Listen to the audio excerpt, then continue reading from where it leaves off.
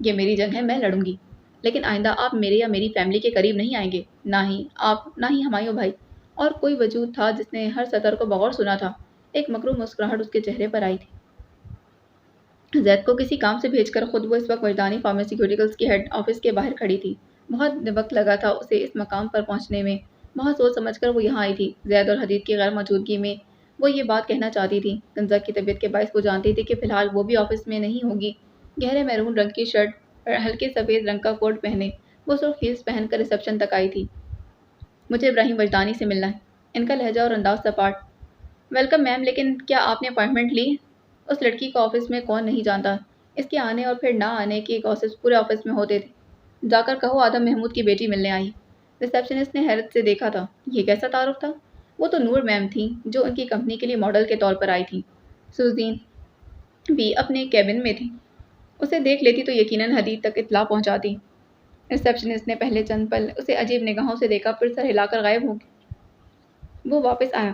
اسے اجازت کی اطلاع دی گئی تھی۔ ایک گہری مسکراہٹ اس کے لبوں پر ابھری تھی۔ وہ لفٹ میں سوار ہو کر اوپری فلور تک گئی جہاں چیئرمین کا آفس تھا۔ بنا دستک دیے دروازہ کھولا اور اندر داخل ہو گئی۔ پہلی بار اس آفس میں آئی تھی تو ایک نگاہ سارے میں دوڑائی تھی۔ ابراہیم کے ہمراہ ایک باڈی بلڈر ٹائپ کا مرد کھڑا تھا۔ سرد نگاہیں اسی پر اس نے نظر انداز کیا۔ ابراہیم نے خود قابل کو یہاں سے جانے کا کہا۔ وہ سفاکیت سے اسے دیکھتے باہر نکل گیا۔ ابراہیم کرسی پر سیدھے ہو کر بیٹھے۔ ابھی اس لڑکی کی ماں کو جس طرح کامیاب دیکھ کر آئے تھے ان کا روم روم جھلس رہا تھا۔ مزید یہ لڑکی یہاں آ گئی تھی۔ ان کا دل کیا کہ اسے جان سے مار دیں۔ وہ غالباً ان کی سوچ پڑ چکی تھی۔ خود ہی جا کر کرسی کھینچ کر بیٹھی، پھر سکون سے چہرہ موڑے انہیں دیکھا تھا۔ میں جانتی ہوں کہ اس روز مجھ پر حملہ کرنے والے آپ ہی تھے۔ وہ ہوٹل کی بات کر رہی تھی جب اس کی گردن میں ہیوی انڈرلین ڈوز انجیکٹ کی گئی تھی۔ ابراہیم کو اس دن کا اپنا منصوبہ ناکام ہوتا دیکھ آج سچ مچ میں افسوس ہوا تھا۔ انہیں تو لگا وہ مر جائے گی یا کم از کم سہم کر واپس چلی جائے گی، دوبارہ ان کا راستہ کھوٹا نہیں کرنے آئے گی۔ مگر وہ کہاں جانتے تھے کہ وہ معاف نہیں کرتی، اپنے ساتھ برا کرنے والوں کو آخری دم تک یاد رکھتی۔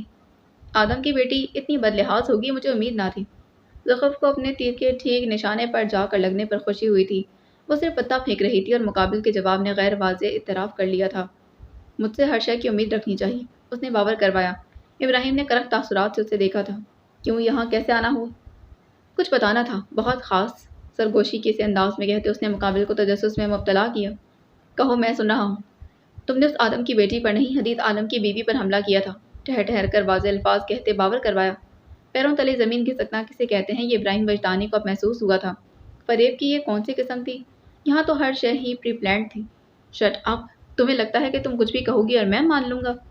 کم از کم یہ بات وہ ماننے سے قاصر تھی۔ حدید ضرور عائشہ کی برین واشنگ میں آ گیا ہوگا، لیکن اس کی بیٹی سے نکاح کا مطلب تھا کہ وہ ابھی مکمل حقائق سے لائل۔ زخرف نور بنا ثبوت بات نہیں کرتی۔ اس نے نکاح نامہ ابراہیم کے سامنے رکھا۔ گواہان میں ہمایوں کمال کا نام دیکھ کر انہیں سانس لینے میں دقت ہوئی تھی۔ لگتا ہے میرے ماموں کو بھی اچھے سے جانتے ہو۔ وہ ان کی نگاہ پر رکھ گئی تھی۔ یہ جھوٹا ہے کیا واقعی؟ انگلیوں کا میز پر تھرکاتے ان کی توجہ سیاہ رنگ کی جانب کروائی جو اس نے بائیں ہاتھ کی چوتھی انگلی میں پہن رکھی تھی۔ انہیں فوری کنزا کی بات یاد آئی تھی۔ ذہن جنجلا اٹھا۔ چلو ایک ڈیل کرتے ہیں۔ زخرف خاصے سکون سے معاہدہ کرنے بیٹھی تھی۔ ابراہیم اس کے اعتماد پر حق دک تھے۔ وہ چاہتے تو بھی اس کا کام تمام کر دیتے، مگر جانے مقابل کا کون سا روب تھا کہ انہوں نے خود کو دبتے محسوس کیا۔ تو مجھے حدید کے باپ کے قاتل کا بتاؤ۔ ویسے تو کہیں نہ کہیں میں جانتی ہوں کہ تم ہی وہ قاتل ہو، لیکن میں مارجن لوں گی۔ تم اس کا مطلب واضح ہے؟ تو اس کا مطلب واضح تھا کہ اس لڑکی کو بھی مکمل حقائق سے شناسائی نہ تھی۔ وہ ایک دم کرسی سے اٹھی، تیر سے ان کی گردن کی رگیں پھٹکنے لگی تھیں۔ اپنی بکواس بند کرو اور دفع ہو جاؤ یہاں سے، انہوں نے چنگھاڑتے اسے دفان ہونے کو کہا۔ سمجھ سے باہر تھا کہ وہ اسے جان سے کیوں نہیں مار رہے تھے۔ دیکھو زیادہ کچھ نہیں کروں گی، میں بس تمہاری بیٹی کو اس قتل کا سرہ تھما دوں گی۔ وہ ایسا کچھ کرنے کا کوئی ارادہ نہیں رکھتی تھی، مگر ابراہیم کی دکھتی رگ پر ہاتھ رکھنا اشد تھا۔ تم ایسا؟ انہوں نے انگلی اٹھائی تھی۔ جواباً زخرف بھی نشست چھوڑ کر کھڑی ہو گئی۔ میں بہت کچھ کر سکتی ہوں، مجھے مجبور مت کرو۔ میں اپنے اوپر اوڑھا سفید رنگ اتار پھینکوں گی۔ میرے وجود کی سیاہی سے اس شخص کی زندگی تاریک ہوگی جو میرے باپ کا قاتل ہے۔ 2 دن کا وقت دے رہی ہوں، اور اگر مجھ پر حملہ کرنے کی کوشش کی تو یاد رکھنا زخرف نور ایک سیلیبریٹی ہے، تمہاری بنیادیں ہلا کر رکھ دوں گی۔ وہ انہیں صدمے سے دوچار کرتے جس شان اور اعتماد سے آئی تھی اسی وقار سے جا چکی تھی۔ انہوں نے حدید کی نگاہوں میں بغاوت دیکھی تھی۔ پاکستان سے جرمنی واپس آنے کے بعد انہوں نے سوچا کہ وہ اسے سمجھائیں گے، عائشہ کے خلاف بھڑکائیں گے، مگر اب تو انہیں ساری بساط پلٹتی معلوم ہو رہی تھی۔ وہ سب جانتا تھا، اتنے سالوں سے وہ ہر حقیقت سے واقف تھا، مگر وہ خاموش رہا، اسی لیے نہیں کہ وہ معاف کر چکا تھا، مگر اس لیے کہ وہ بدلہ لے رہا تھا۔ اس نے ایسا کھیل رچایا کہ ساری بساط اپنے حق میں کر لی۔ اسے لاکھ انسیت سہی، مگر وہ ابراہیم وجدانی تھے جو دل سے نہیں دماغ سے سوچتے تھے۔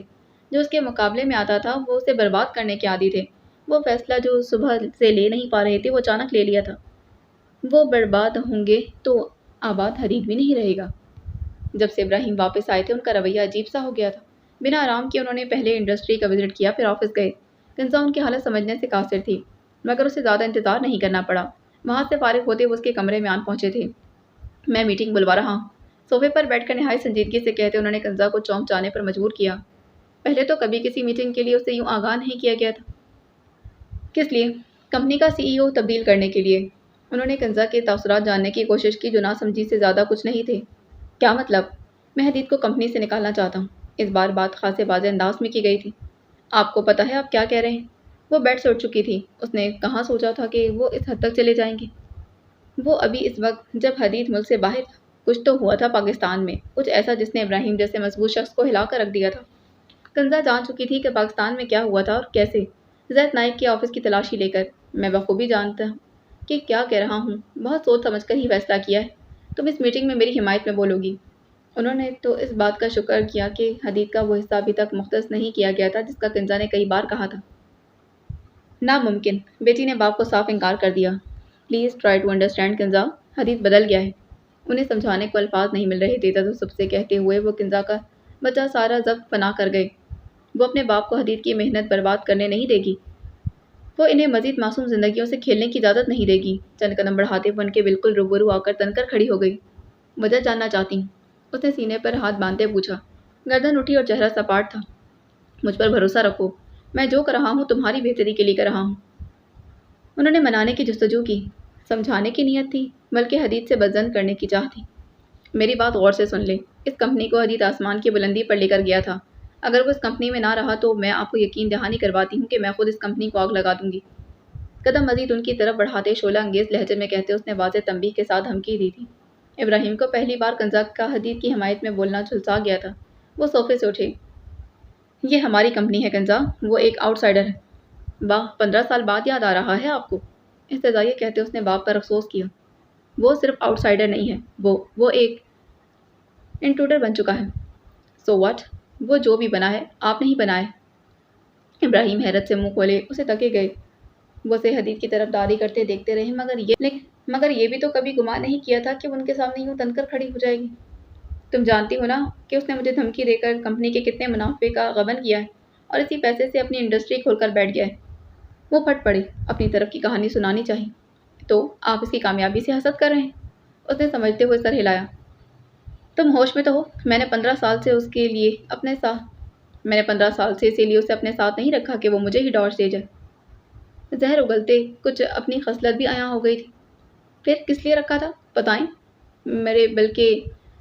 قتل شدہ دوست کے بیٹے کو کون اپنے ساتھ رکھتا ہے؟ ہاں، شاید وہ انسان جس کا اپنا کوئی بیٹا نہ ہو۔ کنزا کی آنکھیں سرخ انگارہ ہو رہی تھی، اندر سے وہ خود بھی جل رہی تھی۔ اگر مجھے بیٹے کی طلب ہوتی تو میں دوسری شادی کر سکتا تھا، مگر تمہاری خاطر میں نے اپنی پوری جوانی بھلا دی۔ تمہیں لگ رہا ہے کہ میں تمہیں انڈر اسٹیمیٹ کر کے حدید کو چن چکا ہوں کیونکہ وہ ایک لڑکا ہے؟ وہ صدمے سے مغلوب ہو گئے۔ پھر بتائیں کہ آپ نے حدید کے باپ کو قتل کیوں کروایا؟ اتنی سادگی سے اس نے سامنے والے کا تیا پانچا کر دیا کہ انہیں بھاگنے کی کوئی راہ ہی نہ ملی۔ ابراہیم وجدانی کی زبان زنگ آلود ہو گئی تھی۔ خود تو وہ برق ہو گئے تھے۔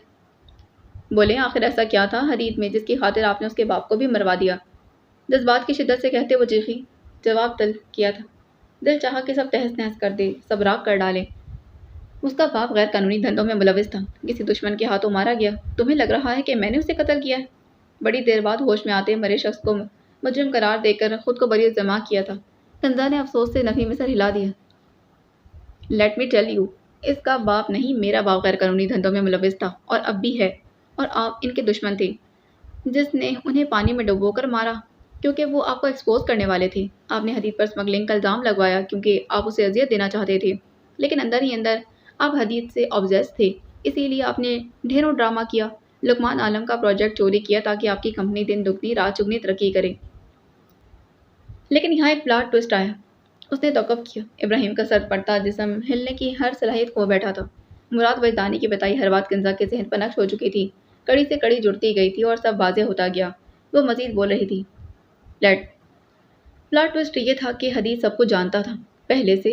ابراہیم کے اوسان خطا ہونے لگے۔ میں اس بارے میں سوچ رہی تھی تو مجھے اندازہ ہوا کہ اگر میں اس کی جگہ ہوتی تو آپ کو قتل کر دیتی، لیکن وہ بڑا اذیت پسند تھا جس نے سالوں اپنے باپ کے قاتل کے ساتھ گزار دیے۔ وہ انکار اور اقرار کے مرحلے سے بہت آگے جا چکی تھی۔ اسے سمجھانا اب کسی کا کام نہیں تھا۔ مکافات بڑا اٹل ہے۔ اس نے آپ سے اس کا باپ چھینا تھا۔ آج میں آپ کو اپنے باپ کے عہدے سے دستبردار کرتی ہوں۔ آج سے میں کنزا وجدانی ہوں، کنزا ابراہیم نہیں۔ انہیں زندگی کا سب سے بڑا روک دیتے وہ کمرے سے باہر نکل گئی۔ ان کے وجود کو نمک کا مجسمہ بنتے دیر نہیں لگی تھی۔ وہ جرمنی کے شہر برلن میں واقع ایک شاندار فلیٹ کے لاؤنج کے صوفے پر بیٹھے۔ ان کا سوٹ کے صوفے کے دائیں جانب رکھا تھا۔ میرے بلانے پر آنے کا شکریہ لقمان، عمر کے ہند سے پیچھے لے کر جاتے ابراہیم نے ممنون نگاہوں سے دیکھتے کہا تو انہوں نے سر کو خم دے کر شکریہ وصول کیا۔ حدید نے یہ عادت ان سے ہی چرائی تھی۔ شکریہ تو مجھے تمہارا ادا کرنا ہے۔ آخر کو تم مجھے انویسٹرز ڈھونڈ کر دے رہے ہو۔ میرا پروجیکٹ اگر مکمل ہوگا تو تمہارا بڑا ہاتھ ہوگا۔ وہ مشکور تھے۔ ان کا دوست ان کی مدد کر رہا تھا۔ لوگ کہتے ہیں کہ پرانے کلاس فیلوز دوبارہ کبھی نہیں ملتے، مل جائیں تو دل نہیں ملتے۔ ہم تینوں کے اکٹھے ہونے سے اس مفروضے کو غلط ثابت کر دیا، ابراہیم سادگی سے کہہ رہے تھے۔ لقمان نے کچھ بے آرام ہو کر انہیں دیکھا۔ وہ تو انہیں دوست سمجھتے تھے مگر ان کی نظر میں وہ بس کلاس فیلو ہی تھے۔ اچانک کنزا کی آمد ہوئی تو ان کا دھیان بھٹکا تھا۔ انکل آپ، واٹ اے سرپرائز! بیگ کو کندھے سے اتارتے ہوئے وہ خوشگوار حیرت سے بولتے ان کے پاس آئی تھی۔ لقمان نے اس کے سر پر ہاتھ رکھتے پیار دیا۔ لگتا ہے آپ کے بابا نے میری آمد کو صیغہ راز رکھا تھا۔ بابا آپ کو بتانا چاہیے تھا۔ اس نے خفگی سے بھویں سکیڑ کر باپ کو دیکھا جس پر وہ مسکرا کر کندھے اچکا گئے۔ انکل تھکے ہوئے ہیں، آپ لازمہ کو کافی کا بول دو۔ آپ کے لیے بھی؟ نہیں، وہ جاتے جاتے پلٹی۔ حدید کہاں ہے؟ وہ نہیں آیا؟ وہ آتا تو یہاں دکھائی دے جاتا۔ نہیں بیٹا، کام مجھے تھا، ویسے بھی اس کے ایگزامس ہیں نا تو وہ نہیں آ سکتا تھا۔ کنزا نے سمجھ کر سر ہلایا اور کچن میں گھس گئی۔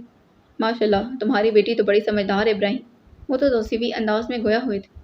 ایسی پیاری بچی ہر کسی کی قسمت میں کہاں ہوتی ہے۔ ان کا دل چاہا ان کی بھی کوئی بیٹی ہوتی، وہ بہو کنزا جیسے۔ تمہارے بیٹے سے کم۔ ابراہیم کے کہنے پر لقمان کے خوشگوار تاثرات کچھ مفقود ہوئے تھے۔ ایسے نہیں کہو، بھلا بچوں کا بھی کوئی موازنہ ہوتا ہے؟ ویسے میں سوچ رہا تھا کہ تم نے دوسری شادی کیوں نہیں کی؟ ابراہیم کے تجسس آمیز سوال پر وہ فقط مسکرائے تھے۔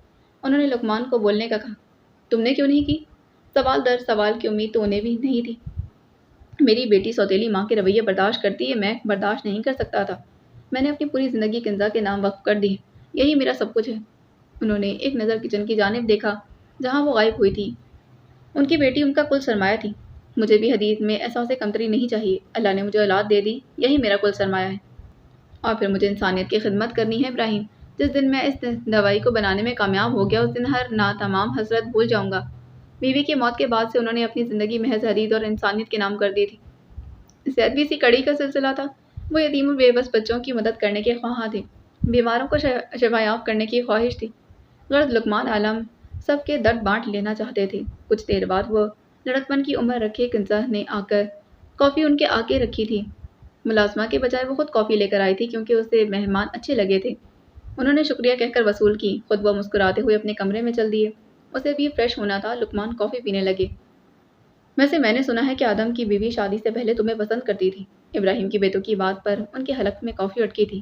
خدا کا خوف کرو، میری نہایت قابل اسٹوڈنٹ رہی ہیں وہ، اب میرے دوست کی بیوی ہے۔ ایسا جملہ بولنا بھی گناہ ہوتا ہے۔ تم واقعی علم نہیں رکھتے؟ انہوں نے سنسنی پھیلا کر پوچھا۔ کون پھیلا رہا ہے یہ افواہیں؟ ان کے ماتھے پر کئی لکیریں ابھری تھیں۔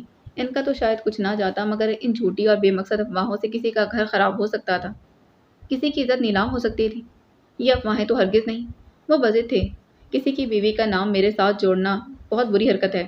میں امید رکھتا ہوں کہ تم آئندہ ایسا کوئی جملہ نہیں کہو گے۔ انہوں نے سخت لہجے میں باور کروایا۔ ابراہیم نے ہاتھ کھڑے کر دیے۔ اچھا معذرت، بس جو سنا وہ کہہ دیا۔ ہر سنی سنائی بات پر یقین کرنا اچھا نہیں ہوتا۔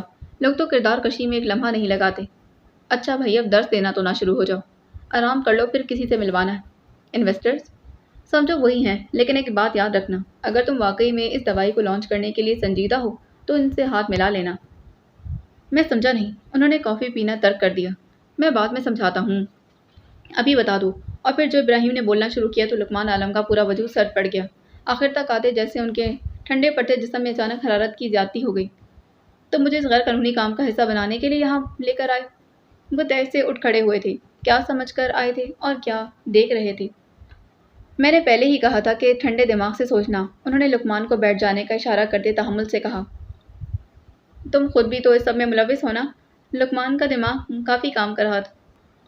پتہ ہے یہاں برلن میں ایسے شاندار فلیٹ ہر کسی کے نصیب میں نہیں ہوتے۔ یہ قرار تھا گناہوں کا، بدیانتیوں کا۔ تم اپنی اولاد کو حرام کھلاؤ گے؟ شٹ اپ لقمان، مجھے علم ہوتا تو مجھے یہاں اس کام کے لیے بلا رہے ہو تو پھر اپنے بیٹے کے ساتھ ہی رکتا۔ تم نہیں چاہتے حدید ایک بہترین زندگی گزارے؟ وہ جرا پر آئے تھے۔ میں درست راستے سے ایک اچھی زندگی دے رہا ہوں اسے۔ میرا بیٹا کسی احساس کمتری کا شکار نہیں۔ تم احساس کمتری کی بات کرتے ہو؟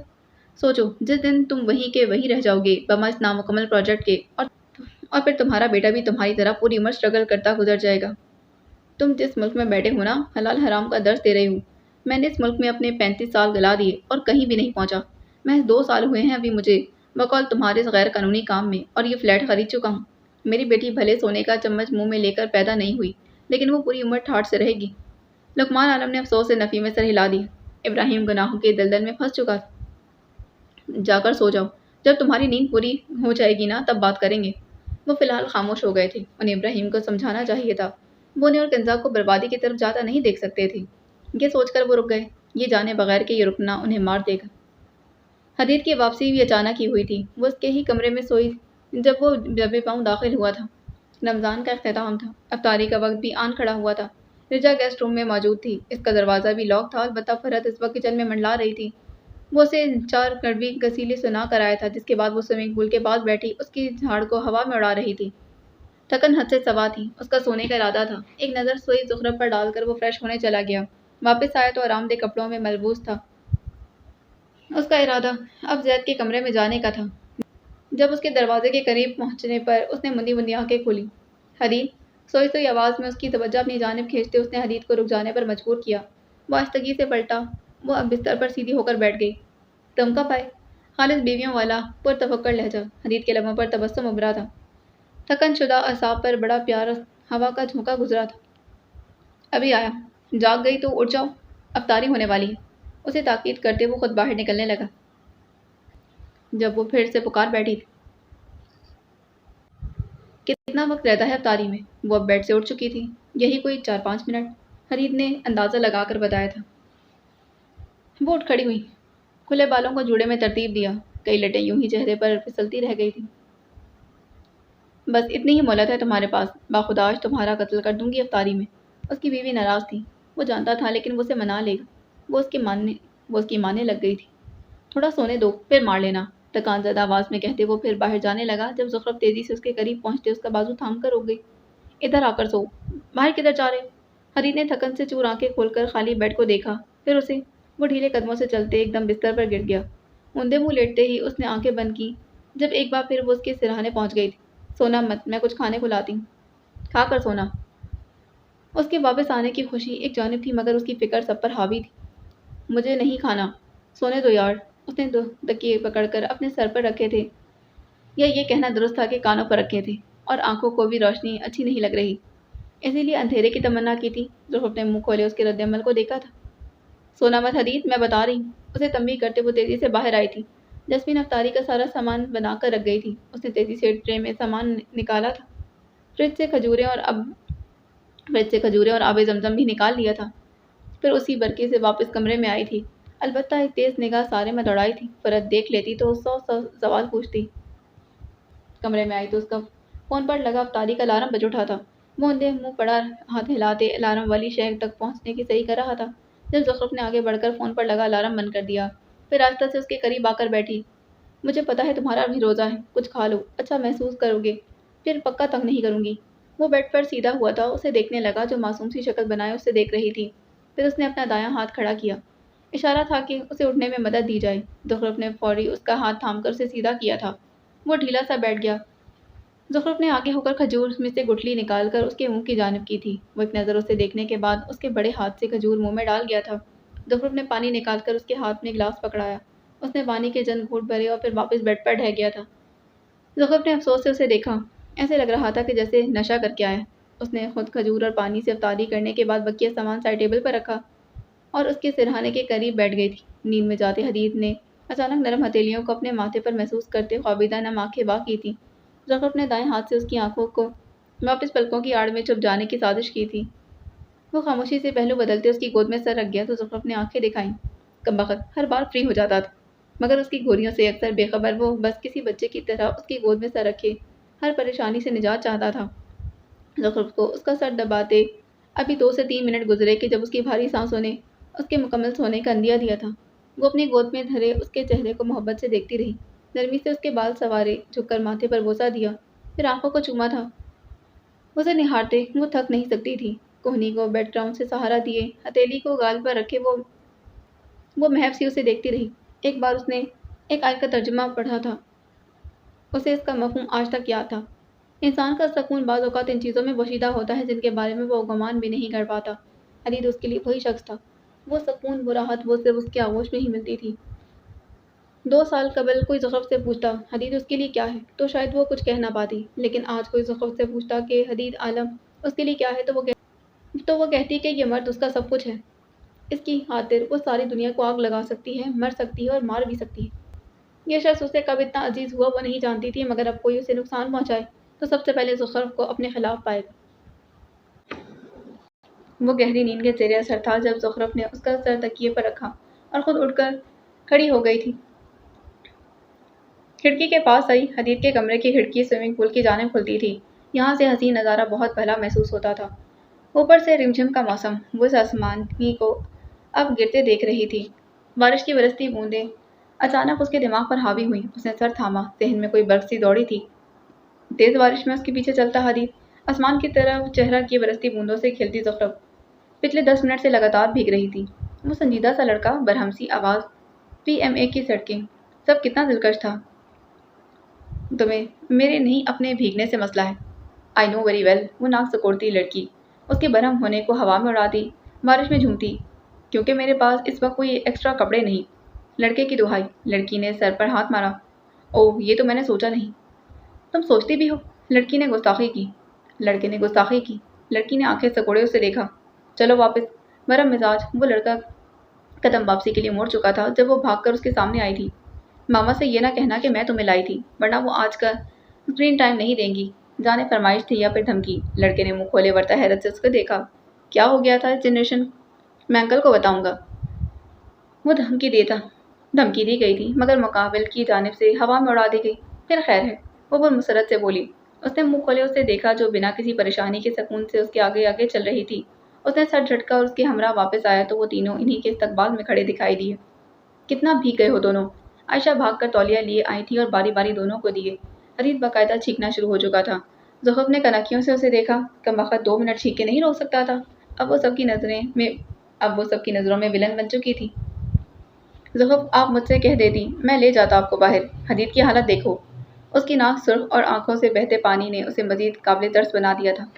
زخرف نے ناک سکوڑ کر اسے دیکھا، پھر اپنے بابا کو جو ناراضی سے اسے دیکھ رہے تھے۔ مگر بابا، مجھے کیا پتا تھا؟ میں نے ہی کہا تھا کہ بارش انجوائے کرنی۔ لقمان عالم نے کنکھیوں سے اپنے ثبوت کو دیکھا جو سفید جھوٹ بول رہا تھا۔ کیا وہ نہیں جانتے تھے کہ اسے بارش سے کس قدر کوفت ہوتی تھی؟ ایک بار اس نے بارش میں یتیم خانے کا وزٹ کیا تھا اور وہاں کچی مٹی سے کیچڑ بنتا دیکھ اور راستے میں آنے والی گلیوں کو گندے نالے میں تبدیل ہوتا دیکھ اس کی بارش کی ساری فینٹیسی خاک میں مل گئی تھی۔ وہ محض مسکرائے تھی۔ ان کا بیٹا سمجھدار تھا، راز رکھنا جانتا تھا، دل رکھنے کی ہنر سے بھی واقف تھا۔ اٹس اوکے ادم، میری بیٹی تو اتنی معصوم ہے، بھلا یہ کہاں حدید کو فورس کر کے لے جا سکتی تھی؟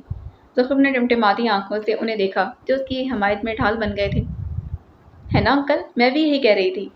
یہ تو اس نے مجھے کہا تھا کہ مجھے بارش میں جانا ہے، ورنہ ماما نے مجھے منع کیا ہوا ہے۔ اس نے باقاعدہ ایک جعلی چھینک بھی ماری تھی۔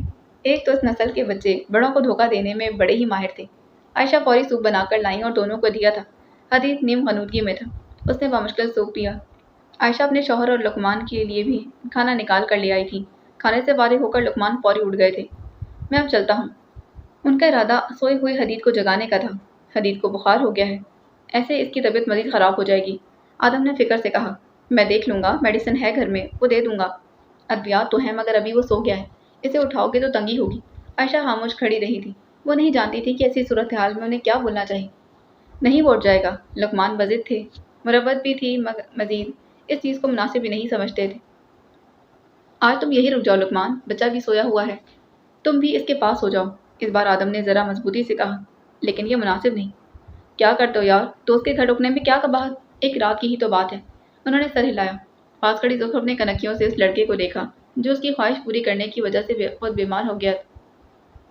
اس نے جھٹکے سے آنکھیں کھولی، اسی حیرت میں اس سوئے ہوئے شخص کو دیکھا۔ سانس بھاری ہونے لگی، آنکھیں دھندلانے لگی۔ اس دھندلے سے چہرے کا عکس آج پہلی بار نمایاں ہوا تھا۔ وہ سر پکڑ کر بیٹھ گئی۔ وہ اتنے عرصے سے اسے پہچان ہی نہ پائی تھی۔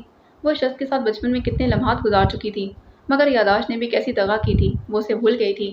اس شخص کو جو بچپن میں بھی اس کی خاطر بارش میں بھیگ گیا تھا۔ وہ سو کر اٹھا تو رات کا جانے کون سا پہر تھا۔ وہ کمرے میں نہیں تھی، حدیث جمائی لیتے اٹھا تھا۔ اتنی تھکن اسے شاذ و نادر ہی ہوتی تھی، مگر اب وہ کافی بہتر محسوس کر رہا تھا۔ اسے باقاعدہ بھوک بھی لگ رہی تھی۔ کمرے سے باہر نکلنے لگا، بقیہ نسوانی وجود کا خیال آیا تو وہ رک گیا تھا۔ پھر رجا کا بیڈ ریسٹ اور پھر فرحت کا اسے نظر انداز کرنا یاد آیا تو وہ تسلی سے باہر نکل آیا تھا۔ کچن میں آیا تو وہ پہلے سے موجود تھی۔ اسے آتا دیکھ کر چونک گئی تھی، خاموشی سے کھانا نکالنے لگی۔ حدیث جا کر ڈائننگ ٹیبل کی کرسی کھینچ کر بیٹھ گیا تھا۔ ٹرے میں سامان رکھ کر وہ اس کے ساتھ والی کرسی پر بیٹھ گئی، خود کھانے لگ گئی تھی۔ حدیث صدمے سے اسے دیکھتا رہا، اسے نظر انداز کرتے سکون سے کھانے میں مگن تھی۔ حدیث بنا کچھ کہے کرسی سے اٹھنے لگا تھا جب اس نے حدیث کا ہاتھ پکڑ کر روکا۔ تمہارے لیے ہی لائیں، کھاؤ بیٹھ کر۔ اس نے ابھرتی مسکراہٹ دانتوں تلے دبائی اور بیٹھ کر رغبت سے کھانے لگا۔ وہ چند پل اسے دیکھتی رہی، نہیں گھورتی رہی۔ محبت ایک جانب تھی، اسے شکوے بھی ہزار تھے۔ سارے جہان کو فون کیا لیکن مجھے ایک میسج تک نہیں کیا۔ اب سوچو زہر کس میں ہوگا، اس چٹنی میں یا پھر نگٹس میں یا پھر شاید اس بریانی میں۔ حدیث اس کی خونخوار بات پر اچانک ہی ہنسنے لگا تو پھر اس نے پانی کا گلاس اس کے سامنے کیا۔ حدیث نے جلدی سے گھونٹ بھرا۔ پانی میں زہر آسانی سے حل ہو جاتا ہے۔ نہیں، اس بار پانی بھی اس کے حلق میں اٹکا تھا۔ مسئلہ یہ نہیں تھا کہ اسے زہر کا خدشہ تھا، مسئلہ زخرف کے وہ خونخوار تاثرات تھے جو اسے نگل جانے کو تیار تھے۔ اس سے اچھا تھا وہ سویا ہی رہتا، جاگ گیا تھا تو کمرے سے باہر نہ آتا، آ گیا تھا تو پھر یہاں نہ ہوتا۔ وہ یہاں تھی تو اسے کھانا نہ دیتی، یا خدا۔ زخرف اور حدیث کی بیوی نے اس کے انداز پر رکھ لیے، وہ اسے جمع تفریق کرنے دیکھ شائستگی سے گویا ہوئی تھی۔ حساب کتاب بعد میں کر لینا، پہلے کھانا کھا لو۔ نرمی سے ہدایت دیتے وہ اٹھ کر جانے لگی جب حدیث نے اسے تھام کر اپنے قریب کیا تھا۔ ایک پل کو بوکھلا گئی تھی۔ تم کھلا دو، اس کی روئی روئی سیاہ آنکھوں میں دیکھتے جب اس سے کہا۔ کیا ہی فرمائش تھی؟ زخرف نے اسے ٹھیک ٹھاک گھورا تھا۔ چھوٹے بچے ہو جو کھلاؤں؟ یاد کروا دوں، پورے 11 سال بڑے ہوں۔ دیکھو میرے دونوں ہاتھوں کی انگلیوں کی تعداد بھی پورے 1 سال زیادہ ہے عمر تمہاری۔ اس نے انگلیاں دکھاتے ہوئے باور کروایا۔ وہ میسنا سا ہنس دیا۔ پلیز کھانا کھلا دو۔ فرمائش ہنوز جوں کی توں تھی۔ مرد اپنی پسندیدہ عورت کے سامنے بچہ ہی ہوتا ہے۔ زخرف نے خود سے 11 سال بڑے اس بچے کو خوف سے دیکھا تھا، پھر اگلے ہی پل وہ ہنستی تھی۔ حدیث نے اس کی تائید میں اپنی رکی مسکراہٹ ابھرنے دی۔ وہ نگٹس کو املی کی چٹنی میں ڈبو کر اسے کھلانے لگی۔ جب اس نے بریانی کی جانب اشارہ کیا تھا، وہ پلیٹ میں بریانی ڈالے چمچ سے اس کے منہ میں ڈالنے لگی۔ کمبخت نخرے تو ایسے اٹھوا رہا تھا جیسے کوئی مشقت آمیز کام کر کے آیا ہو۔ خیر تھا تو تھکن والا کام۔ کھانے سے فارغ ہو کر وہ اٹھنے لگی جب حدیث نے یوں ہی اسے بازو سے اپنی جانب جھکاتے اس کی پیشانی پر لب رکھے تھے، وہ پرسکون سی آنکھیں بند کر گئی۔ وہ لمس تحفظ بخش تھا، وہ جیسے جنت کی روداد ہو۔ تھینکس، یہ اظہار تشکر تھا جو حدیث کے لبوں سے ادا ہوا۔ اس نے پلکیں کی جھالر اٹھا کر اس کی سیاہ آنکھوں میں دیکھا تھا۔ کس لیے؟ شگرفی لبوں سے سرگوشی کی تھی۔ ہر چیز کے لیے۔ وہ وارفتگی سے اسے دیکھتا گویا ہوا تھا۔ بس اتنا سا تھینکس؟ خفگی بھرا شکوہ۔ حدیث کے لب زومعنی انداز میں سکڑے تھے۔ اور کتنا چاہیے؟ اس نے ہلکا سا جھٹکا دیتے اسے مزید اپنے قریب کیا تو اس کے سیاہ بال حدیث کے چہرے سے مس ہوئے تھے۔ وہ گڑبڑائی تھی۔ غلط مطلب مت لو، میں کسی اور سینس میں بات کر رہی ہوں۔ اس کی بات کا مفہوم سمجھتے وہ سرخ پڑ گئی۔ شگرفی لب کاٹتے وہ تذبذب کا شکار ہوئی تھی۔ ساری حیا سمٹ کر پلکوں کو جھکا گئی تھی۔ تم جس بھی سینس میں بات کرنا چاہو کر لو۔ تھینکس میں تو ایسے ہی کر لیا کروں گا۔ اوف کتنا بے شرم تھا یہ انسان۔ اس کے گال حیا کی سرخی سے تپ اٹھے تھے۔ اس نے خود کو حدیث کے حصار سے نکالنے کی تگودو کی تھی۔ لوفر انسان، پیچھے ہٹو، میری اسسٹنٹ نے ہمیں یہاں دیکھ لیا تو بے ہوش ہو جائے گی۔ اسے یوں ہی بے شرمی سے خود کو دیکھتا پاک کو جھنجھلا گئی تھی۔ تو ہونے تو بے ہوش، مجھے تو تم سے غرض ہے۔ وہ اسے مزید جھکاتا بولا تھا۔ زخرف نے صدمے سے اسے دیکھا، اس سے قبل کہ وہ کچھ کہتی۔ فرد کی باس کی پکار پر وہ سب سے پہلے اچھل کر اسے دور ہوئی۔ زخرف نے سنبھل کر بمشکل اپنا کہکا روکا تھا، پھر اسے دیکھا جب فرصت سے پلیٹ پر جھکنے کی اداکاری کر رہا تھا۔ کمبخت کو سمجھ میں بھی نہیں آ رہا تھا کہ چٹنی کے ساتھ نگٹس کھانے تھے یا پھر بریانی۔ نہیں، حدیث کی حالت سے محظوظ ہوتے اس نے فرد کو دیکھا جو الجھی نگاہوں سے اسے دیکھ رہی تھی۔ آؤ فرد، تمہیں اس گھر کے مالک سے ملواؤں۔ وہ شوق سے بولی تھی۔ حدید نے کنکھیوں سے فرد کا حیران کن چہرہ دیکھا۔ وہ درست کہتا تھا، یہ لڑکی اس کی بیوی کی صحبت میں رہ کر اداکارہ بن چکی، لیکن فی الحال تو اسے وہ زہر لگی تھی۔ اچھا خاصا رومانس چل رہا تھا جسے وہ برباد کر چکی تھی۔ او تو آپ ہیں وہ؟ اس نے مسنی سی ہنسی ہنستے ہوئے ہاتھ آگے بڑھایا تھا۔ حدید نے بھی اپنا ہاتھ آگے بڑھایا، لیکن ان کے ہاتھ مس ہونے سے پہلے زہرب نے فرد کا ہاتھ پکڑ کر پیچھے کیا۔ میرا دوست ڈسٹ الرجک ہے۔ جہاں فرد نے ہنسی دبائی تھی وہیں حدید نے اسے گھورا تھا۔ ہاں آپ بھی تو لڑکی ہی ہیں، سر کو سوا سے ٹکری تھی۔ اب کی بار حدید کی مسکراہٹ گہری ہوئی تھی۔ وہ مناسب جواب کی تلاش میں دماغ کے گھوڑے دوڑانے لگی جب حدید نے اس کی مشکل آسان کی۔ یہ ایکسیپشن ہے، اس نے بدبنی زہرب کو دیکھ کر جتایا تھا۔ وہ فوری سنبھلی تھی۔ فرد اپنی مسکراہٹ چھپانے کی ناکام کوشش کرتی رہی۔ اب گھر کے مالک آ گئے ہیں تو میں آپ سے ہی درخواست کرتی ہوں کہ مجھے کچھ دن کے لیے یہاں رہنے کی اجازت دے دی جائے۔ کیا انداز تکلم تھا! حدید اشش کر اٹھا۔ آپ ان محترمہ سے پوچھ سکتی ہیں۔ اس نے اپنی زوجہ محترمہ کی جانب اشارہ کر کے اسے اختیار سونپا تھا۔ مگر اصل مالک تو آپ ہیں نا؟ وہ ہنوز ان کی حالت سے حز اٹھا رہی تھی۔ فی الحال یہ حق ان کو دیا ہے۔ فی الحال والے لفظ پر زہرب نے نادیبی نگاہوں سے اسے دیکھا تھا۔ وہ خاموشی سے باہر نکل گیا تو فرد اس کے سر پر آ بیٹھی۔ باس، یہ والا لڑکا زیادہ ہینڈسم ہے۔ اسے زید ہینڈسم لگا تھا۔ حدید زید سے بھی زیادہ ہینڈسم اور برہان حدید سے بھی زیادہ ہینڈسم۔ یہ تمہیں کس زاویے سے لڑکا لگتا ہے؟ اس نے ناک منہ چڑھائی تھی۔ کم بخت بڈھا انسان۔ کیا مطلب؟ جنڈر کا مسئلہ ہے؟ اس نے زہرب کو ٹھیک ٹھاک ہلا کر رکھ دیا تھا۔ اتنا فضول کیسے سوچ لیتی؟ اس نے فرد کے سر پر چپت رسید کی۔ وہ بس آپ کی صحبت۔ اس کے بقیہ الفاظ حلق میں ہی دم توڑ گئے جب زہرب نے پھاڑ کھانے والے انداز میں گھورا تھا۔ مطلب کہ اپنے کیے کا سارا ملبہ اس معصوم پر ڈال دو؟ یہ کہاں کا انصاف ہوا؟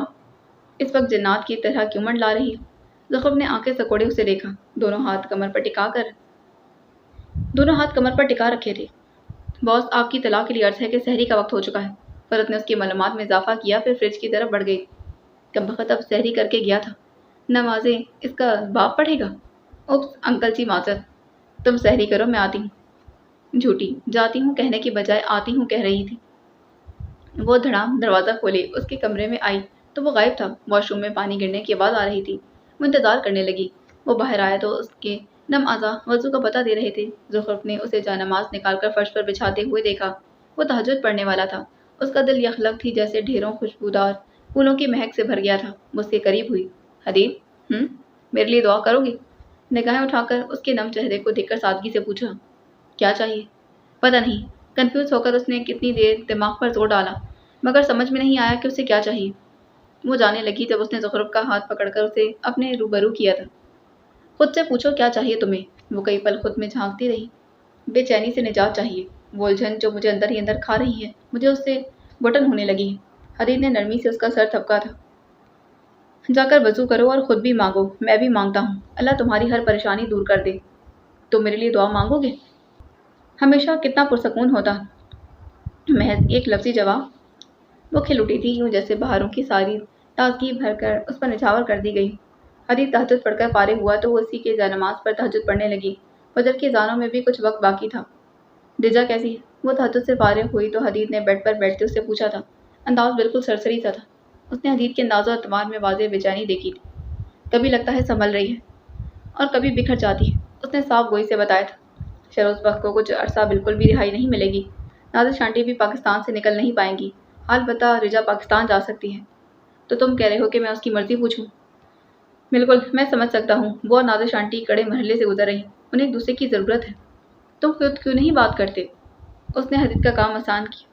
مگر وہ بوکھلا گیا۔ وہ میری بات سنے گی؟ او کم آن حدید، وہ تمہیں ملے بغیر ہی تمہاری شکر گزار ہے، تمہاری بات کیوں نہیں مانے گی؟ اس نے سمجھ کر سر ہلایا۔ اور پھر فجر کے بعد جب زہرب نے اس کے کمرے کا دروازہ کھولا اور رجا کو جاگتا ہوا پایا تو اسے اشارہ کیا۔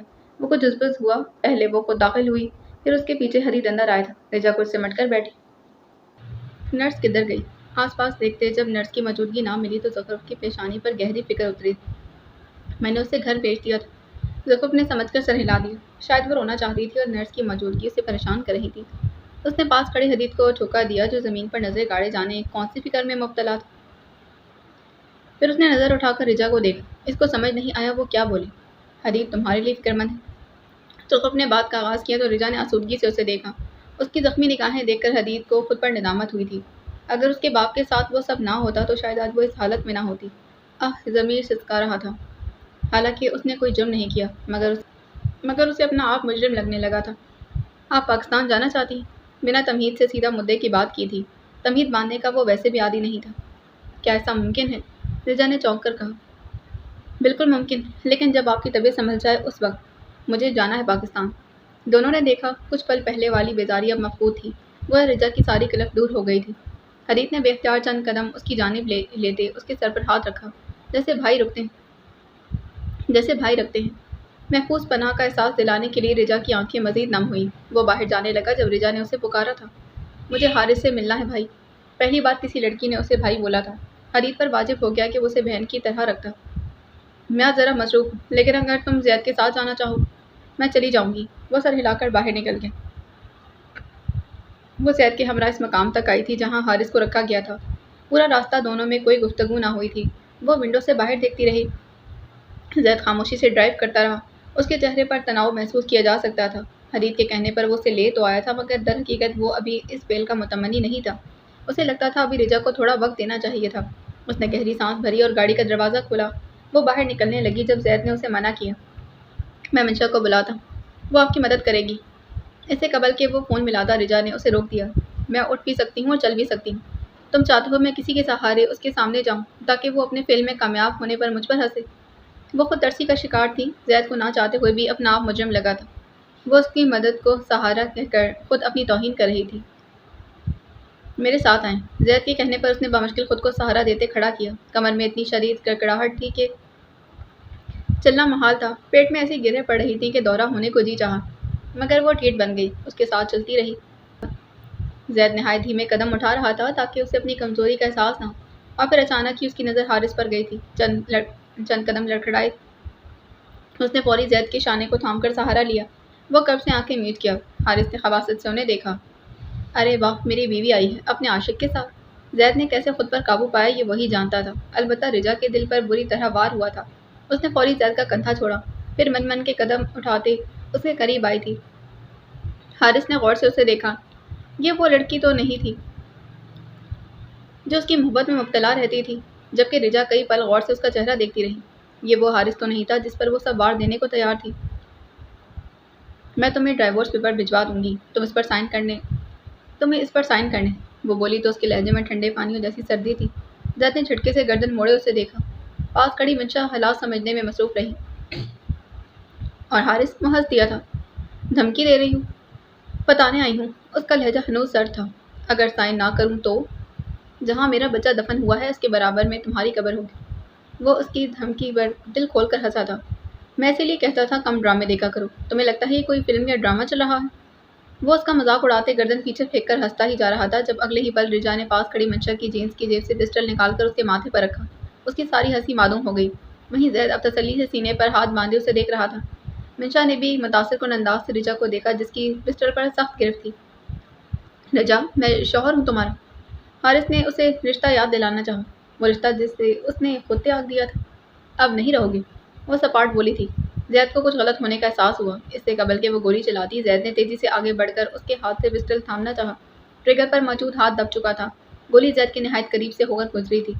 رجا جیسے ہوش میں آئی تھی۔ تم ٹھیک ہو؟ اس نے پریشانی سے اسے اوپر سے نیچے دیکھتے ہکلا کر پوچھا۔ زید نے پسٹل ہاتھ میں منشا کی طرف پھینکا تھا جسے اس نے فوری کیچ کیا تھا۔ پھر اس نے رجا کو دیکھا جو بس گر جانے والی تھی۔ آگے بڑھ کر اسے تھاما اور اپنے ساتھ لیے گاڑی تک آیا تھا۔ دروازہ کھول کر اندر بٹھایا تو نظریں اس کے پیروں پر تھی۔ تھوڑی دیر کھڑے رہنے کے باعث وہاں سوزش ہو چکی تھی۔ اس نے گہری آہ بھری اور خود ڈرائیونگ سیٹ پر آ کر بیٹھ گیا تھا۔ اس کا ارادہ ایک بار اسے اسپتال لے جانے کا تھا۔ میٹنگ بلواؤ فوری۔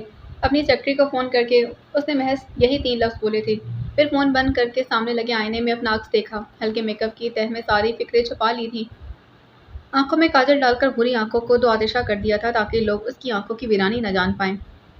یاقوتی لبوں پر گلابی لپسٹک لگا کر چھوڑ دیا۔ پہلے سے کمزور گالوں پر ہلکا سا بلش آن لگا کر انہیں ابھارنے کی کوشش کی گئی تھی۔ ہمیشہ کی طرح بال کھلے چھوڑ دیے، کانوں میں مہنگے ڈائمنڈز اور بائیں کلائی پر لگژری گھڑی باندھے۔ وہ دائیں ہاتھ کی درمیانی انگلی میں سرخ نگینے کی انگوٹھی پہن چکی تھی۔ ایک نظر اس نے اپنے لباس پر ڈالی۔ اولیو گرین بزنس سوٹ کے ساتھ سفید شرٹ پہنی ہوئی تھی، پیروں میں اونچی سفید ہیلز۔ اس کا یہ نیا روپ دنیا کو اب اسی روپ سے آشنائی ہونی تھی۔ ایک نگاہ اس پر ڈالتے اس نے مہنگا پرس اٹھا کر کوہنی سے ٹکا دیا، فون کو اس کی پاکٹ میں ڈالا اور باہر چلی گئی۔ وہ وجدانی فارماسیوٹیکلز میں داخل ہوئی تو اس کی ہیل کے ٹک ٹک پر سبھی حیرت سے دوچار ہوئے۔ کسی نے تعریف کی تو کوئی پریشان سا دکھا تھا۔ وہ چہرے پر سنجیدہ تاثرات سجائے ناک کے سیدھ میں سیدھا کانفرنس روم میں داخل ہوئی تھی، جہاں سب لوگ اسی کے منتظر تھے۔ مرکزی کرسی پر بیٹھ کر ایک نظر اس نے سب کے چہروں پر ڈالی تھی۔ وہ سب اس اچانک آفتاب پر بھونچکا سے رہ گئے تھے۔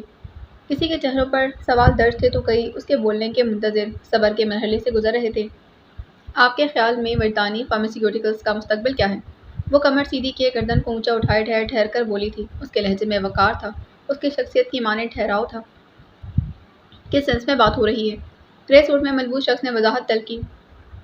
لیڈنگ پرسن آف کورس، اس نے ہاتھ ہلا کر جواب دیا تھا۔ آپ ہی ہیں۔ آپ کے تیسری کرسی پر بیٹھے باروک شخص نے بنا سوچے جواب دیا تھا۔ کنزا کے چہرے پر آج کے دن کی پہلی مسکراہٹ نمودار ہوئی۔ صحیح پہچانا، میں مستقبل کی چیئرمین ہوں اور مسٹر حدید اس کمپنی کے سی ای او ہیں۔ ہر لفظ اپنا فرض ادا کر رہا تھا۔ پہلے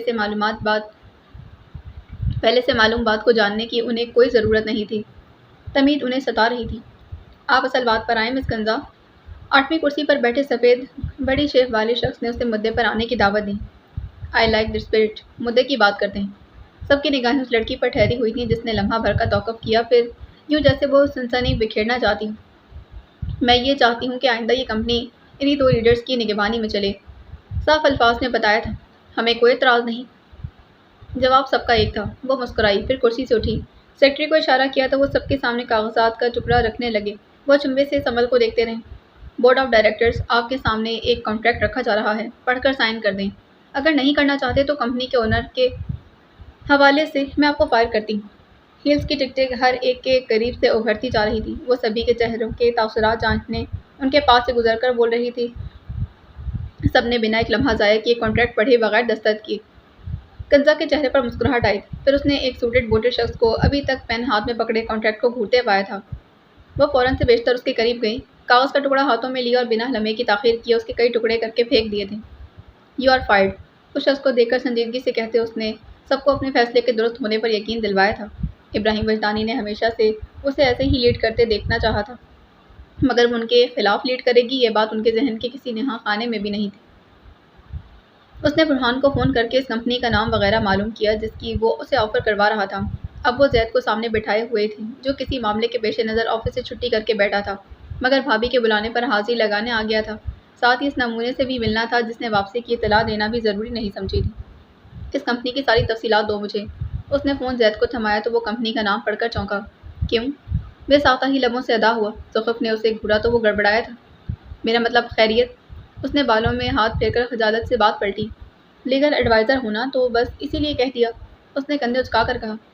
وہ تو ٹھیک ہے، مگر میں صرف یہ پوچھ رہا کہ کوئی مسئلہ ہوا ہے کیا؟ اسے تشویش ہوئی تھی۔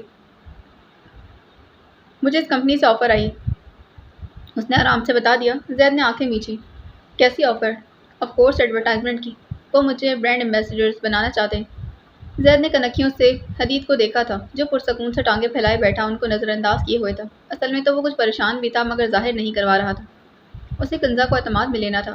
کمپنی جانے سے قبل وہ اسے سن لے تو بہتر۔ وہ نہیں چاہتا تھا کہ ابراہیم اس کی برین واشنگ کرے۔ وہ خود اسے تمام حقیقت سے آگاہ کرنا چاہتا تھا۔ حدید، بھابھی اس کمپنی کے متعلق پوچھ رہی ہیں، اس نے چبا چبا کر لیپ ٹاپ پر نگاہیں ٹکائے مرد کو دیکھتے کہا۔ زخرف نے اچنبے سے پہلے زید کو دیکھا پھر حدید کو۔ یہ معاملہ مزید مشکوک کر رہے تو بتاؤ کس کام کے ہو جو بھابھی کے کام نہ ہو؟ خفیف سی نگاہ زخرف پر ڈال کر کہا تو اس نے باقاعدہ گھورا جو لفظ بھابھی پر شدید دباؤ ڈالے بولا تھا۔ میں آلریڈی اس کمپنی کے بارے میں جانتا ہوں، زید نے ان کی آنکھوں کی زرد جنگ ملتوی کرتے بتانا شروع کیا تھا۔ یہ تو مزید اچھا ہو گیا۔ وہ برمسرت سی زید کی جانب متوجہ ہوئی۔ اس میں خوشی والی کوئی بات نہیں، اس نے پہلے ہی برآور کروا دیا تھا۔ زخرف کی مسکراہٹ مزید گہری ہوئی۔ میں بھی یہی چاہتی ہوں، تم مجھے بری والی بات سے آگاہ کرو۔ حدید نے چہرہ اٹھا کر زوجہ محترمہ کو دیکھا۔ اسے ہمیشہ الٹ چیزیں ہی کیوں فیسینیٹ کرتی تھیں۔ افسوس سے سر ہلاتے وہ واپس اسکرین کو دیکھنے لگا تھا۔ سوزین نے اسے میٹنگ کی اطلاع دی ہوئی تھی۔ وہ کنزا کے اقدامات سمجھنے سے قاصر تھا۔ زید بھابھی کو اطلاع فراہم کرنے لگا۔ بظاہر تو اس کمپنی میں کوئی مسئلہ نہیں، ساخت بھی اچھی ہے اور نام بھی، مگر یہ نام کی آڑ میں اس نے ڈرامائی توقف دیا تو زخرف نے بمے سکیڑے اسے دیکھا۔ یہ انسانی اعضاء کی اسمگلنگ کا کام کرتے ہیں۔ تو کیا برہان کا مال اب مزید حد پار کر چکا تھا؟ What the hell! اتنا شدید برا نہیں سوچا تھا اس نے۔ وہ ایک جھٹکے سے صوفے سے اٹھ چکی تھی۔ تم روزے سے ہو؟ حدید کی آواز پر اس نے دانت کھچکھچائے اور شوہر محترم کو نظر انداز کرتے دیورجی کی جانب متوجہ ہوئی تھی۔ اگر میں اس کمپنی میں ایڈورٹائزمنٹ کروں تو کیا ہو سکتا ہے؟ وہ تحفظات جاننا چاہتی تھی۔ زید نے اسے بیٹھنے کا اشارہ کیا۔ وہ واپس بیٹھ گئی۔ حدید نے اچنبھے سے انہیں دیکھا۔ دلدل کا پتہ معلوم کر کے اس میں چھلانگ لگانے کا پوچھ رہی تھی۔ وہ اسے بیوقوفی اور جذباتی نہیں کہتا تھا۔ کل کو جب آپ کو حقیقت پتہ چلے گی تو آپ کی کریڈیبلٹی خراب ہوگی۔ مزید برآں اگر آپ برانڈ ایمبیسڈرز بنتی ہیں تو آپ کا سارا کیریئر ڈوب سکتا ہے۔ وہ سنجیدگی سے بتا رہا تھا۔ اور اگر اس کمپنی میں شیئرز لے جانے وہ کیا جاننے کی متمنی تھی؟ تو پکا جیل۔ تو برہان کو جیل ہونی چاہیے۔ What the hell! اس بار حدید کو صدمے سے بھرپور آواز ابھری۔ اس کی گردن اتنی تیزی سے مڑی تھی کہ ٹڑکنے کی آواز ابھری۔ لیپ ٹاپ گرتے گرتے بچا۔ تمہیں یاد کروا دوں تم روزے سے ہو۔ زخرف نے جبتے طنز کو نظر انداز کیا تھا۔ ابھی تم نے کیا کہا؟ قدرے سنبھل کر پوچھا۔ تم روزے سے ہو؟ ڈیمٹ اس سے پہلے والی بات۔ برہان کو جیل ہونی چاہیے۔ تم بتاؤ مسٹر حدید اعظم، اگر ایک شخص ایسی کمپنی میں شیئرز لے کر بیٹھا ہو تو کیا وہ خود سفید ہوگا؟ صاف صاف بتاؤ۔ وہ لیپ ٹاپ سے تخلیہ لیتے اب مکمل طور پر اس کی طرف متوجہ تھا۔ جو اسے چھوڑے زید سے مخاطب ہوئی۔ مجھے برہان پر شک ہے، اس کا پتہ لگواؤ۔ تم کہہ رہی ہو تمہیں اپنے سیدھے سادے کزن پر اتنے گھناؤنے جرم کا شک ہو رہا ہے؟ وہ چاہ کر بھی اپنی جلن چھپا نہیں پایا تھا۔ بیوی کہتی تھی اسے ڈسون نہیں کرے گی اور مام کہتی تھی میرا برہان حدید کا تو کلیجہ ہے۔ جی بالکل میں ایسا ہی کہہ رہی ہوں، لیکن تم سے کس نے کہا کہ سیاسی لوگ سفید ہوتے ہیں؟ وہ اسے ٹھیک ٹھاک حیران کر چکی تھی۔ زید بھی منہ کھولے دیکھتا جا رہا تھا۔ زخرف ان کے حیران چہرے دیکھ بمشکل اپنی مسکراہٹ ضبط کرتے اٹھ کھڑی ہوئی۔ میں رجا کے پاس جا رہی ہوں اور تم دونوں کام پر لگو۔ اگر وہ واقعی گلٹی نکلا تو کیا کرو گی؟ حدید کے سوال پر وہ 2 قدم دور جا کر ہی تھم گئی۔ وہی جو زید نے کہا، اسے جیل بھجواؤں گی۔ حدید نے کھڑے ہوتے اسے بازو سے تھاما اور کمرے میں لے کر آیا۔ زید کے سامنے تمیز سے رہا کرو۔ اسے شرم سی آنے لگی۔ کس طرح منہ اٹھا کر وہ اسے تھامے اندر لے آیا تھا۔ توبہ توبہ کیا زمانہ آ گیا تھا۔ بھاڑ میں گیا زید، تم برہان سے کسی چیز کا انتقام لینا چاہ رہی ہو نا؟ کون کمبخت یقین کرتا کہ حدید اپنی بیوی کو اتنی اچھی طرح سے جانتا تھا۔ وہ تو خود بے یقینی سے اسے دیکھتی رہی۔ ہاں لینا چاہتی ہوں۔ سیاہ آنکھیں اس کی سیاہ آنکھوں میں گاڑے دھڑلے سے اعتراف کیا تھا۔ کیوں؟ کیا وجہ ہے؟ کچھ بتاؤ۔ نہیں بتانا۔ وہ ضدی بنی تھی۔ زخرف پلیز بتا دو، کیوں میرا بی پی ہائی کروا رہی؟ وہ بے بسی سے بولا تھا۔ وہ جو کہتی تھی کہ برہان کو ڈسون نہیں کرے گی تو اچانک ہی اسے جیل کیوں بھجوانا چاہتی تھی؟ وہ آج تک اسے یا پھر موم سے برہان کے گناہوں کا ذکر اسی لیے تو نہیں کر پایا تھا کیونکہ اسے لگتا تھا کہ وہ کبھی حدید کی بات پر یقین نہیں کریں گی۔ مزید برآں اسے سمجھانے بیٹھ جائیں گی۔ زخرف نے اس کے چہرے پر ابری کلف دیکھی تو دل بسیج گیا تھا۔ وہ مجھے حدید مکمل سماعت بنا اس کے اگلے الفاظ کا منتظر ہوئی۔ معاملہ زندگی موت کا لگ رہا تھا۔ زخرف نے غور سے اسے دیکھا۔ ہٹو پرے۔ اسے دھکیلتے اس نے کمرے کا دروازہ کھولنا چاہا جب وہ پھر سے اس کے سامنے آیا تھا۔ میں مر گیا تو روتی رہنا۔ کیا کیا ہے اس نے تمہارے ساتھ؟ اس کی گردن کی رگیں پھڑکنے لگی تھیں۔ زخرف لب نیم وا کیے اسے تیش اور بے بسی سے دیکھتی رہی۔ وہ مجھے تم سے طلاق لینے پر اکساتا رہا ہے۔ اس نے مجھے تم سے ماما سے شدید بدظن کیا ہے، اب وہ مجھے نانا جان سے بدظن کر رہا ہے۔ حدید چھل کھڑا رہا۔ زخرف کا دل پاش پاش ہو رہا تھا۔ اسے لگا اس سے زیادہ خسارے میں کوئی نہیں۔ پوری عمر اس نے ایک ہی تو دوست بنایا تھا اور وہ دوست تو اس کا سب سے بڑا دشمن نکلا۔ وہ اسے ایسے جرم کی سزا دے رہا تھا جو اس نے کیا ہی نہیں تھا۔ آج اس نے جان لیا کہ دوست دغا دے جائے تو زندگی عذاب بن جاتی ہے۔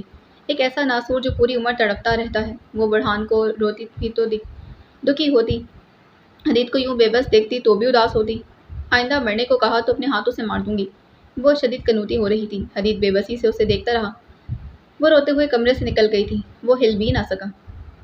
وہ فون کو کان سے لگائے برش سے بال درست کر رہا تھا جب سماعت میں عائشہ کی چنچل سی آواز لہرائی تھی۔ معلوم ہے حدید اسے مجھ سے زیادہ تمہاری پرواہ ہونے لگی ہے۔ وہ فون کے پاس بیٹھی اسے تنگ کر رہی تھی یا پھر شاید خود خوش ہو رہی تھی۔ جانتا ہوں۔ وہ ہلکا سا مسکرایا تھا۔ میرے مقابلے میں اتر آیا؟ ہلکی سی جھڑک۔ بس کریں یار، اب اتنا بھی پسند نہیں ہوں اسے۔ اس نے برش رکھ کر پرفیوم اٹھا لیا۔ پسند کا تو پتہ نہیں لیکن محبت شدید ہو گئی ہے اسے تم سے۔ میرے علاوہ کسی کی اتنی پرواہ نہیں کی اس نے کبھی، حتیٰ کہ اپنے نانا جان کی بھی نہیں۔ نانا کے ذکر پر اس کا حلق کڑوا ہو گیا۔ برہان اتنا اچھا دوست ہے نور کا، مگر وہ اسے بھی کسی خاطر میں نہیں لاتی۔ برہان کے ذکر پر پرفیوم کی ساری خوشبو فنا ہو گئی۔ چھلی بن گئی۔ اس نے لقمہ دیا۔ تم نے ہی بنائی؟ وہ مسرور سی بولی۔ فار گاڈ سیک مام، آپ اپنی بیٹی کی طرح ڈرامے نہ کیا کریں۔ میں برا منا جاؤں گی۔ نہیں مانے گیا برا، بس انڈسٹری کے چیئرمین اور CEO کے اعلان کے لیے تیار رہیں، میں جلد ہی آپ سے رابطہ کرتا ہوں۔ حدید جی، تم آگے کیا کرنے والے ہو؟ وہ پریشانی سے مستفسر دیکھتی جائیں۔ اس نے فون کاٹ دیا، اس کا ارادہ کنزا سے ملنے کا تھا۔ وہ مراد وجدانی کے روبرو بیٹھی تھی، اس کی باتیں سننے کے بعد وہ ہکا بکا بیٹھے تھے، جبکہ کنزا کے چہرے پر سپاٹ تاثرات تھے۔ تم اپنے باپ کو جیل بھجوانا چاہتی؟ انہیں ابھی تک اس بات پر یقین نہیں آیا تھا۔ بالکل، یک لفظی جواب میں بھی دراڑ پڑی تھی، وہ دراڑ جو دراصل کنزا کے دل میں پڑ چکی تھی۔ دیکھو میں جانتا ہوں تم غصے میں ہو، میں بالکل نارمل ہوں، کیا آپ کو یہ جذباتی فیصلہ لگ رہا ہے؟ کل کا منظر اس کی نگاہوں کے پار جھلکا تھا، وہ باپ کے کمرے کے باہر کھڑی اندر کی آوازیں سن رہی تھی۔ یہ اس وقت کی بات تھی جب وہ اسے حدید کی کمپنی سے نکالنے کا کہہ کر گئے تھے۔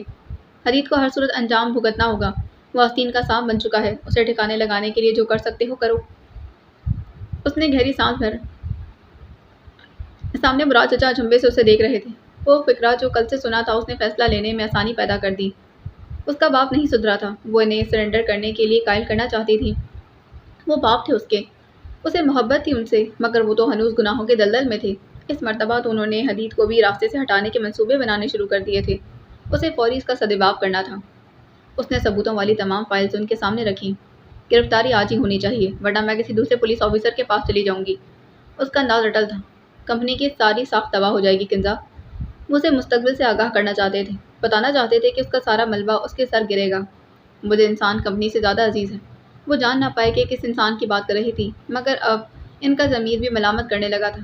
اور پھر 4 گھنٹے بعد وجدانی ہاؤس پر پولیس پوری تیاری سے کھڑی تھی۔ ابراہیم وجدانی حیرت زدہ کبھی سامنے کھڑے بھائی کو دیکھتے اور کبھی ان کے پاس سینے پر ہاتھ باندھی کھڑی بیٹی کو۔ اب سمجھ آئی تھی، قریبی لوگ دھوکہ دیں تو کیسے روح چھلنی ہوتی ہے۔ انہوں نے مایوسی سے بیٹی کو دیکھا۔ وہ جانتے تھے کہ وہ بیٹی کے باعث گرفتار ہو رہے تھے۔ یہ اہم نہیں تھا، اہم یہ تھا کہ وہ بیٹی کی نظروں میں اپنے لیے گھن دیکھ رہے تھے۔ انہوں نے اس کے قریب ہونا چاہا جب وہ بدک کر دور ہوئی۔ یہ آخری چوٹ تھی، ابراہیم کا پورا وجود راکھ ہو گیا تھا۔ انہوں نے خاموشی سے گرفتاری دے دی۔ یہ مراد کی ہی کوشش تھی جو میڈیا کی آمد نہ ہو سکی تھی، ورنہ کنزا سخت مشکل میں پڑ جاتی۔ انہیں گاڑی میں بٹھا کر لے گئے تو وہ وہیں کھڑی آنسو ضبط کرتی رہی۔ مراد نے اس کے سر پر ہاتھ رکھا۔ انسانیت کو تم پر فخر ہوگا کنزا۔ ان کی اپنی آنکھیں بھی نم تھیں۔ وہ میرے بابا ہیں۔ کب کے رکے آنسو سسکیوں کی مانند بہہ نکلے۔ وہ کئی جانوں کے قاتل ہیں کنزا۔ اس نے زکام زدہ سا سانس خارج کی، پھر چہرے پر ہاتھ پھیر کر تمام اشک صاف کیے۔ آپ جائیں، میں ٹھیک ہوں۔ Are you sure? کنزا نے مثبت انداز میں سر ہلا دیا۔ راحت کیا منشا کو بھیجوں؟ اس نے نفی میں سر ہلا دیا۔ اسے بس رونا تھا، تنہائی درکار تھی، ڈھیروں اشک بہانے کے لیے اکیلا رہنا تھا۔ اس نے کنزا کو کالز کی تھیں، جن کے جواب میں نہ تو اس نے کوئی کال اٹھائی تھی اور نہ ہی کوئی میسج پڑھا تھا۔ وہ پریشانی کے احساس سے مغلوب ہوتے وجدانی ہاؤس چلا آیا تھا۔ اس نے ابراہیم کے روبرو جانے کا کوئی ارادہ نہیں کیا تھا، مگر وہ پھر بھی خود کو یہاں آنے سے روک نہیں پایا تھا۔ جو ہی اس نے گاڑی روکی، وہ سامنے پولیس کی گاڑیاں کھڑی دیکھ کر اسے اچنبھا ہوا۔ اس سے قبل وہ باہر نکلتا اس نے ابراہیم وجدانی کے ہتھ کڑیاں لگی دیکھی تھی۔ وہ شردر سا دیکھتا رہ گیا۔ یہ کیا ماجرا تھا؟ اس کی سمجھ سے باہر تھا۔ پہلا خیال کنزا کا آیا اور وہ فوری بھاگ کر اندر پہنچا تھا۔ وہ سامنے ہی نظر آ گئی تھی، زمین پر اگی گھاس پر بیٹھی روتی ہوں۔ اس کے دماغ میں برسوں پرانا منظر لہرایا تھا۔ کیا ہوا تمہیں؟ رو کیوں رہی ہوں؟ وہ یونیورسٹی سے واپس جانے والا تھا جب اس کی نگاہ گراؤنڈ میں گھاس پر بیٹھی کنزا پر گئی تھی۔ وہ شاید نہ رکتا، مگر اسے کچھ کھٹکا تھا۔ اب وہ اس کے پاس کھڑا نرمی سے پوچھ رہا تھا، جو مسلسل اشک بہانے میں مشغول تھی۔ چوٹ لگی؟ اس نے تکلیف برداشت کرتے ہوئے بتایا تو حدید کے ماتھے پر کئی بل پڑے۔ وہ دوزانوں ہو کر اس کے قریب بیٹھ گیا۔ کیسے لگی چوٹ؟ اس نے ٹھہر ٹھہر کر پوچھا تھا، پھر ہاتھ سے اس کا پاؤں تھاما جو ٹخنے کے مقام سے سرخ ہو چکا تھا۔ یقیناً وہ بری طرح گری تھی، کیونکہ صرف پاؤں ہی نہیں، اس کی آدھی آستین سے نمودار ہوتی کوہنی پر بھی خراشیں تھیں، لباس بھی مٹی سے اٹا ہوا تھا۔ ڈیوڈ نے دھکا دیا تھا۔ کلاس فیلو کا نام بتاتے وہ بری طرح رو دی تھی۔ حدید نے ڈرائیور کو فون کیا، پھر نرمی سے سہارا دے کر اسے کھڑا کیا۔ گاڑی کے آنے تک وہ وہیں اس کے پاس رکا رہا، اسے بہلاتا رہا۔ اس کے آنسو تھم چکے تھے، جانے کیوں، لیکن حدید اس کو روتا دیکھتا تو دیکھ نہیں پاتا تھا۔ اسے لگتا تھا کہ اگر اسے تکلیف دی تو وہ خود کو معاف نہیں کر پائے گا۔ وہ باپ کے گناہوں کی سزا بیٹی کو دینے کا قائل نہیں تھا۔ کنزا ڈرائیور کے ہمراہ جانے لگی تو اسے بھی ساتھ ہی گھر چلنے کو کہا۔ حدید نے بہانہ بنا دیا اور پھر اگلے دن اس نے ڈیوڈ کو بلستر میں دیکھا تھا۔ ہلکا سا مشکوک ہوتے حدید سے پوچھا تو وہ کندھے اچکا کر مکافات پر سب ڈال گیا تھا۔ آج بھی وہ اسی دن کی طرح رو رہی تھی، اور آج بھی وہ اس کی خاطر کسی کو مار سکتا تھا۔ حدید لمحے کی تاخیر کے بنا اس کے پاس پہنچا۔ کنزا، اس کی آواز میں وہی نرمی تھی جو کنزا کو غلط فہمی میں مبتلا کر گئی تھی۔ وہ اسے عزت دیتا تھا، مان دیتا تھا، پرواہ کرتا تھا، بس محبت نہیں کرتا تھا۔ کنزا کو لگا کسی کھائی سے آواز آئی۔ چونکی تو وہ اس وقت جب وہ ہمیشہ کی طرح اس کے پاس دوزانوں ہو کر بیٹھ گیا تھا۔ وہی تفکر بھرا چہرہ لیے اسے دیکھنے لگا۔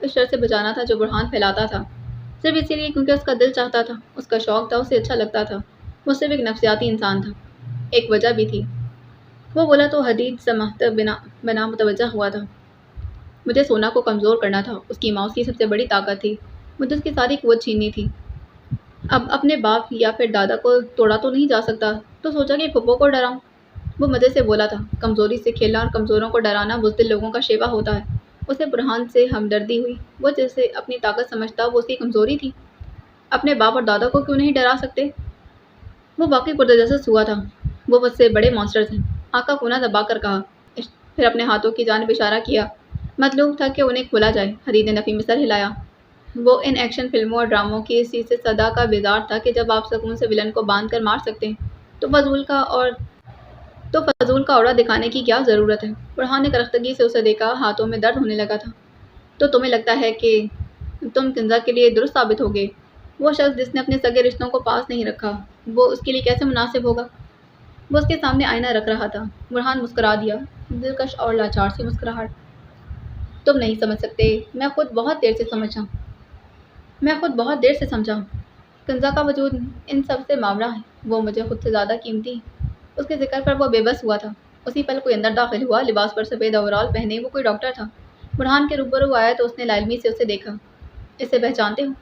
آواز حدید کی تھی، پوچھا برہان سے جا رہا تھا جس نے چہرے کے زاویے بگاڑتے اکتاہٹ کا اشارہ کیا تھا۔ کیسے پہچانو گے؟ لیکن یہ تمہیں جانتے ہیں۔ ڈاکٹر توقیر چلتے اس کے قریب آئے تھے، ان کے ہاتھ میں ادویات کی ڈبیاں تھیں۔ انہوں نے ہر ڈبی سے ایک ایک گولی نکالی اور پھر ہتھیلی پر پھیلا کر اس کے سامنے کی۔ انہیں پہچانتے ہو؟ اسے ڈاکٹر توقیر کی آواز کھائی سے آتی محسوس ہوئی تھی۔ اس کے حلق میں کچھ اٹکا تھا۔ ڈاکٹر توقیر نے اسے سمجھنے کا موقع دیے بنا اس کا منہ کھول کر وہ ساری گولیاں اس کے منہ میں اڈیل دی تھیں۔ Test your own medicine. Hadid نے سرگوشی کی۔ برہان نے کھانسنا چاہا، گولیوں کو باہر پھینکنا چاہا، مگر حدید نے آگے بڑھ کر اس کے منہ پر ہاتھ رکھ دیا تھا۔ برہان نے اپنا ہاتھ چھڑوانے کی شدید کوشش کی، اسے مارنا چاہا، مگر جیسے اب توانائی ناپید ہو رہی تھی۔ میری بیٹی مر گئی اس کی وجہ سے۔ ڈاکٹر توقیر کا سانس چڑھا ہوا تھا۔ برہان کو اس کی کسی بات سے کوئی سروکار نہ تھا، وہ ان گولیوں کو اپنے حلق سے اترنے نہیں دے سکتا تھا۔ حدید نے اس کی گردن کا رخ اپنے اس انداز میں موڑا کہ برہان کو لگا اس کی تمام کوششیں رائگاں ہو گئیں۔ کل تم مجھے بستر پر نظر آؤ گے، سفاکیت سے کہتے ہوئے حدید نے ایک جھٹکے سے اسے چھوڑا تھا۔ گولیاں برہان کے حلق کو پار کر چکی تھیں۔ میں مار دوں، اس کی دھمکی بھی دم توڑ گئی، اس کا وجود جیسے ڈھیلا پڑ گیا۔ ڈاکٹر توقیر خاموش آنسو بہاتے اسے دیکھتے رہے۔ حدید کا دل چاہا کہ سچ میں مر جائے۔ ایسا شخص زندہ رہ کر صرف دوسروں کو تکلیف دینے کا ساماں کرتا ہے۔ وہ برہان کے کہنے پر پچھتاوے کا شکار ہو کر عائشہ کے گھر آئی تھی۔ ویسے بھی اچھا موقع تھا، دانیال کمال اور ہمایوں کمال دونوں ہی غائب تھے۔ دروازے کی بیل بجائی تو وہ جو قرآن پاک پڑھنے میں مصروف تھیں، انہوں نے آیت مکمل کر کے قرآن پاک بند کیا، پھر اٹھ کر دروازے کی جانب آئی تھی۔ سامنے مائدہ کو استادہ پا کر خاصی حیران ہوئی تھی، مگر یہ حیرت خوشگوار بھی تھی۔ بھابھی آپ اندر آئیں۔